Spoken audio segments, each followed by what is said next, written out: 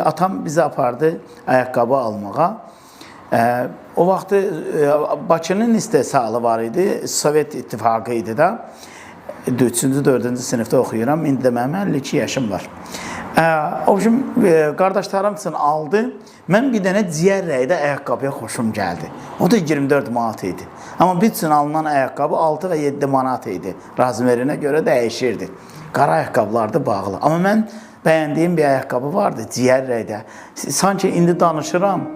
Həmən vermək gözümün qabağına gəlir. Həmən ayaqqabı o qədər içimdən gəlib ki, həmən anlar. O ayaqqabının rəngi elə indi gözümün qabağındadır. Həmən səhnə atamın o şeylərin arasından, polkaların arasından getirməyi yenə elə bir gözümün önündən gəlir. O üçün gəldim ayaqqabıya baxdım, mən dedim bunu istəmirəm də, bunu istəyirəm. Ailədə fərqlilik ola bilməzdi. Çünki atam 70 manat maaş alırdı, elə bölünürdü ki, yəni ondan 20 qəpik yuxarıya xərcləmək mümkün yoxdur, çünki yox idi. Mən ayaqqabını almadım. Atam da mənim almamağıma görə heç bir qarşı gəlmədi mənə. Çıxdıq getdik, atama dadaş deyərdi. Dadaşım almadı.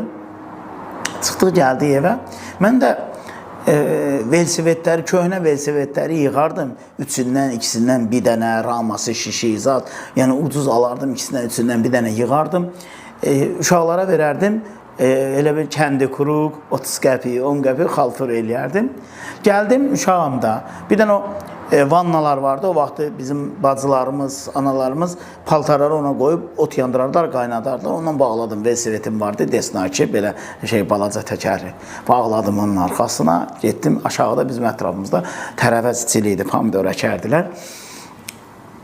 Pomidor əkədilər, belə pomidor əkən qızlar zatlar da erkən yaşlı uşağım da 4-də 5-də oxuyan, 4-də oxuyurduq, hardasa 3-də ya 4-də ibtidai sinif idi. O qızlar da çox belə balaca uşaq olduğuma əziz deyərdilər bizləri. Tomat yığıb tomat zavoda, konserva zavoda verərdilər pomidor, amma işlərində yaxşısı olardı, yemək üçün də yaxşısı olardı.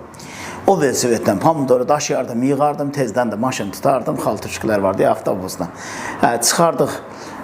Yola aparardım, satardım, satdım. Bir gündə ayaqqabını aldım, gətirdim, qoydum piləkənə. Atam gəldi, gördü ki, mən ayaqqabını alıb qoymuşam. Heç saat demədi. Odur ki, əzablı günlər bizi gətirdi, buralara çıxartdı.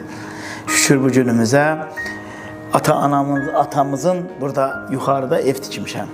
Atam burada bir növrəsini qoyub, ətrafımız bulaqdır. Yəni gecə gündüz o su axır. Bir dənə bulaq vardı, atam oradan qırışqa ilə su vurardı. Qırağında da bulaq otu vardı. Ondan dərərdi, ayran aşı ilə yeyərdi. Həmən pələmənin yerində yekə bir villa qaldırdım.